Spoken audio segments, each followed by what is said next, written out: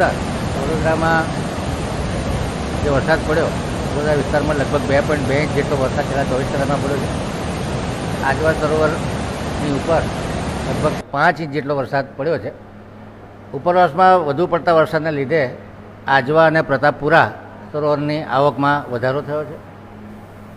વડોદરામાં વરસાદ બહુ વધુ નથી, પરંતુ જ્યારે ઉપરવાસમાં વધુ વરસાદ પડે ને આજવાની સપાટી અત્યારે 213.45-46 ફૂટ જેટલી છે અને કાલાઘોડા પાસે જે વિશ્વામિત્રી છે એની સપાટી 11.25 ફૂટ છે.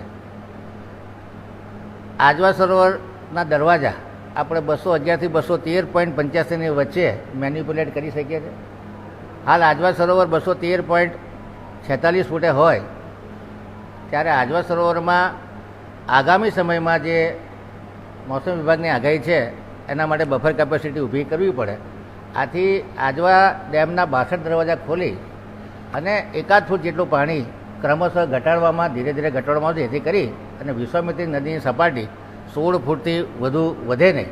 એટલે વિશ્વામિત્રી કાલાઘોડાની સપાટી આજવા સરોવર અને હવામાન ખાતાની આગાહી અને ચાલુ વરસતા વરસાદ પર ચાપતી નજરતંત્ર રાખીને બેઠું છે.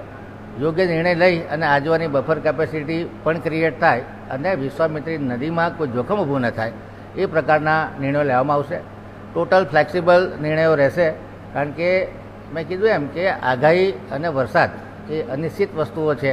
આ બંને પર ચાપતી નજર રાખી અને ધીરે ધીરે ક્રમશઃ પાણી છોડી અને વિશ્વામિત્રી નદીમાં પૂર પણ ના આવે, નાગરિકોને કોઈ જોખમ પણ ઊભું ન થાય એ પ્રમાણેના ડિસિઝન લેવાનું કોર્પોરેશને નક્કી કર્યું છે. હાલ 62 દરવાજા ખોલ્યા છે. નાગરિકોએ કોઈ ચિંતા કરવાની જરૂર નથી. વિશ્વામિત્રી નદી 22 ફૂટ 24 ફૂટનું જે જોખમી લેવલ છે એનાથી ઘણી નીચે, એટલે કે 11 ફૂટ ઉપર છે. એટલે 1 ફૂટ જેટલું પાણી ઘટાડવા માટે 10 થી 12 કલાકનો સમય લાગે અને એ પણ ક્રમશઃ સિચ્યુએશન જોઈ અને ધીરે ધીરે છોડવામાં આવશે.